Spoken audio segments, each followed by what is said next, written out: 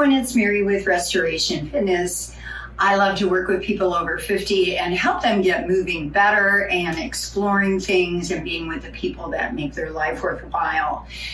I had a video earlier that explored the function of the foot and ankle and how that can many times contribute to pain in the knee.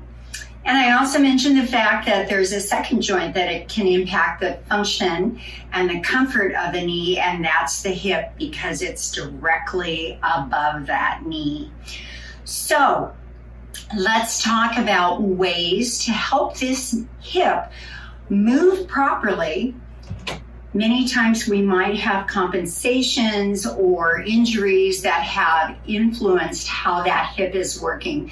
But we're going to use some gentle motion to get that hip moving the way it's supposed to in all the ways and directions that we can move in life. So to do that, I'm down in a half kneeling position. I'm going to be working on this hip. And I have my knee on a kickboard, or you can certainly use some folded towels or blankets for comfort. What I'm going to do is bring my hip forward from my knee so that all the motion and benefit is going right in this hip socket. So the first direction that we're going to move in, and please listen, you are moving at about 50% exertion because that's the level of motion that helps your nervous system learn how to activate your muscles properly. So if you work too hard or with too much force, all you're doing is reinforcing those compensations. So hip is forward. We typically move in a forward back pattern in life.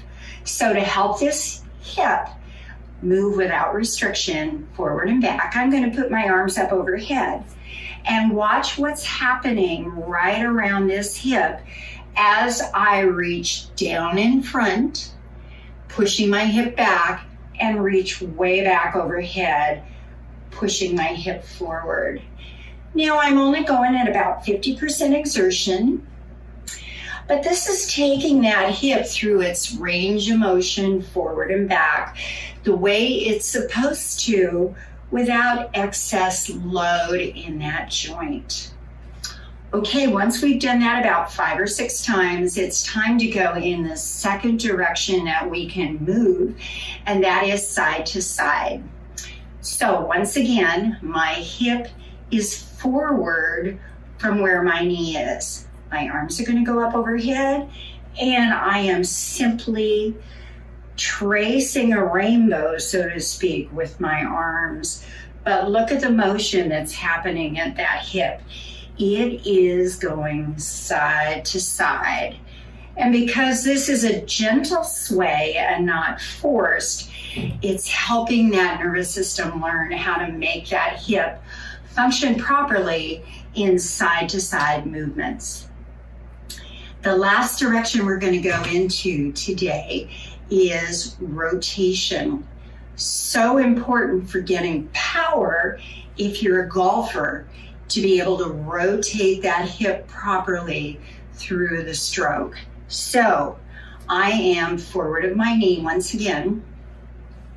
My arms go straight out in front of me this time, and I'm going to rotate side to side. And as I do, you can see my waist and my shirt twisting to one side and then the other. And because this is a gentle rotation, it is helping the nervous system move everything around that joint properly in rotation.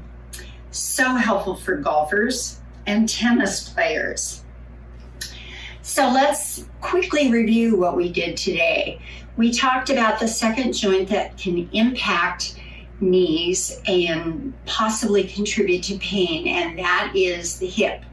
So we took our hip through all the different ranges of motion in the planes that we move in to help that body learn how to have proper mobility in all three directions, because that has a direct impact on what's happening with your knee. So if you enjoyed this information today, please feel free to share it with your friends. Subscribe to my channel. I've got lots more information coming to you. Again, Mary from Restoration Fitness. Be well, be strong. Bye.